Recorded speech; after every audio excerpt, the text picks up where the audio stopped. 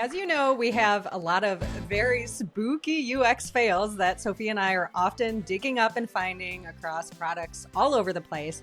And this month in October, we are highlighting some of those, starting with a very huge shapeshifter from dun, dun, dun, Chase Bank's website. And bonus, if you stick around to the end, you can actually see how we fix it and decide for yourself which is more intuitive. The creepy shapeshifty or the nice, clean, consistent. Which one will it be? What we're seeing here, right, are those cards, those credit cards. That's the object I'm looking at here. So now we get to the detail page. Okay. And wow, did that look different than what the other page was? And it's like, Sophia, talk me through what you noticed, because I saw your reaction. I mean, at least it brings you the picture of the card. That stays the same. I think everything else changes. I mean, all the information totally moves around, especially like some of that important information, like the annual fee. Was that even, can you go back? Was that even on the card? It says no annual fee. Even but you're right, it's hard to tell. Even the like the way it's written, I think it says zero annual fee instead of no annual fee. Okay, maybe I'm wrong about that, but so the bullet points, I'm like, okay, so there's no bullet points. Yeah, annual fee $0. Right. So even like the way that it is telling me about the annual fee, the words and the letters are changing around. So actually the voice is changing, if you will. And even these call to actions, now these are different. Sign in to apply faster. So I have more call to actions, but now they're at the top here. The title is completely at the top, whereas before it was under here. Yeah. Okay, so we're getting into all of the problems of this, but why is this a problem? And this is something Sophie and I talk about all the time. Yeah. Shape shifting slows you down. It makes you have to look for and try to decipher and understand where did that move to and why, and you don't trust it. You lose trust in this, let alone can't find the information you need. I mean, it slows you down as a user, but it slows you down as a designer and a developer too. Like everything has to change. So, I mean, we often look at shapeshifters, we compare different cards. So we can see that, in some of our previous episodes where two cards looked different.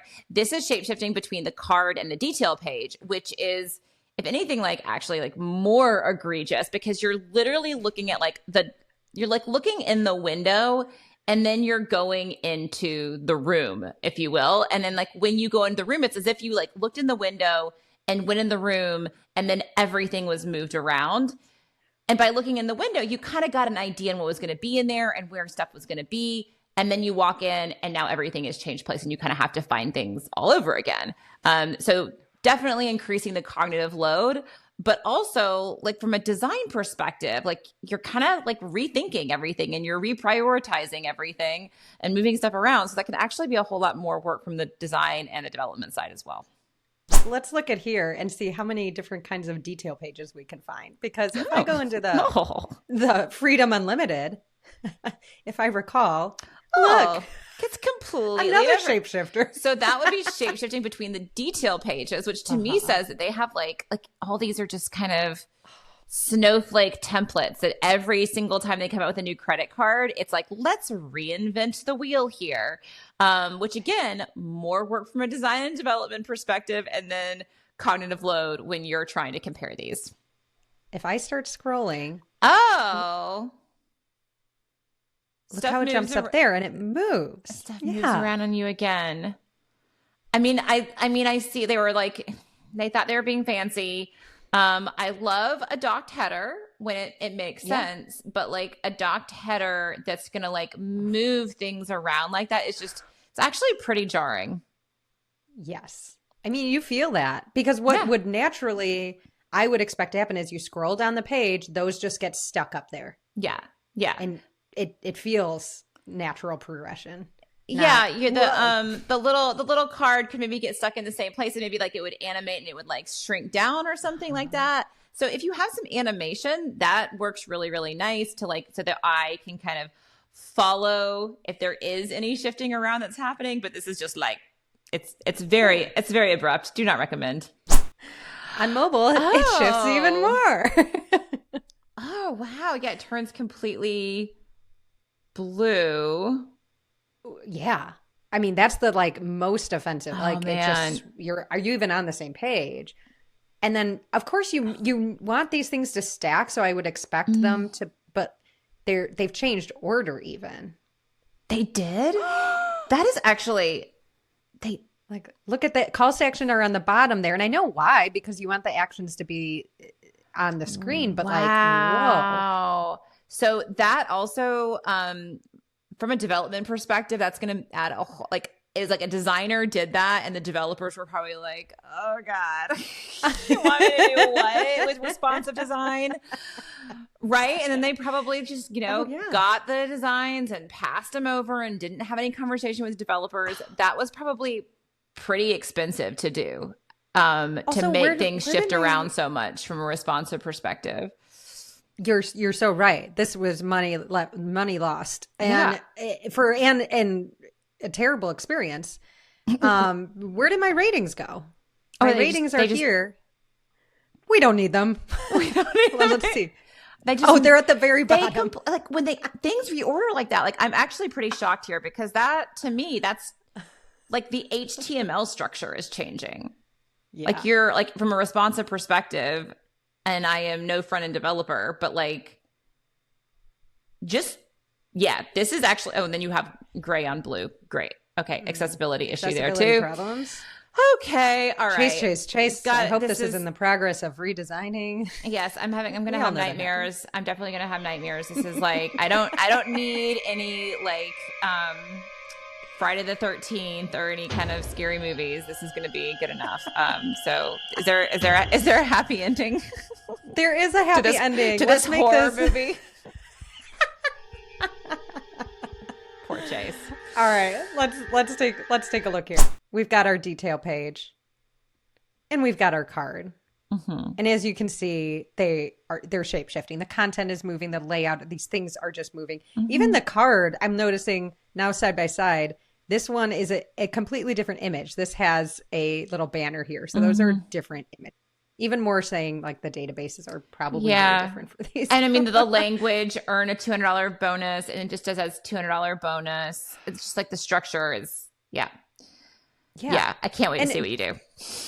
And doing something like this is what Sophie and I called a OUX audit. We go through and actually look at side by side things like this and call out.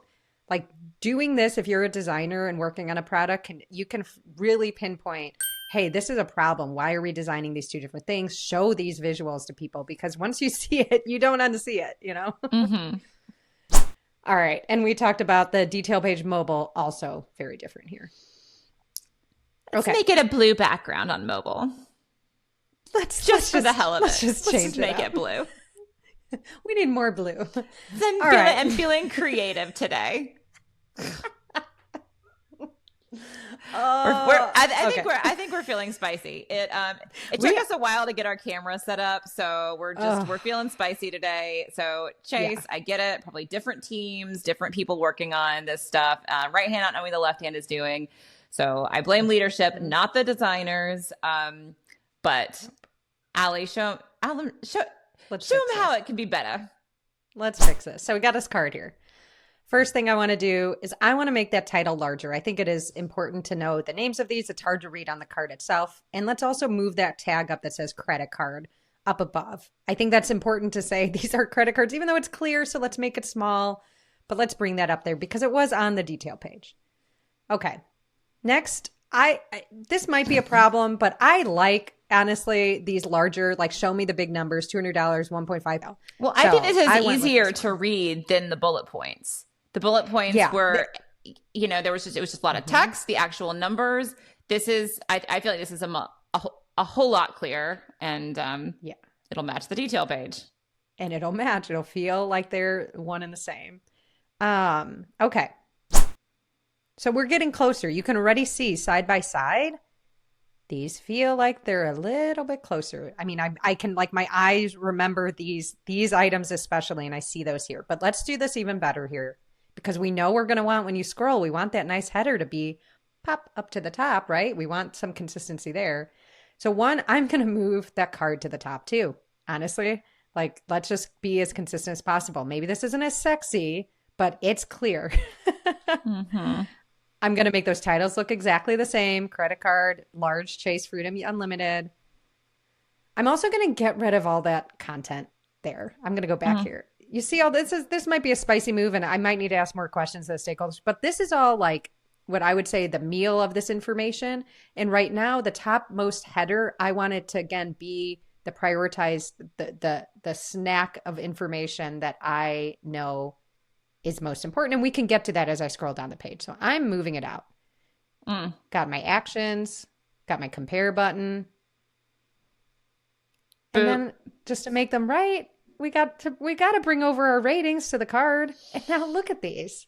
I mean, I'm not scared anymore, Sophia. I'm feeling very safe. It's very, very safe, yes. And when you click through to learn more, you're like, okay, I've already seen this. I don't need to reprocess this information. It's all, you've processed the information on the card. And then when you move into the detail, you can be like, okay, I've already processed this. Now I can dive in deeper. And that's exactly how it should be.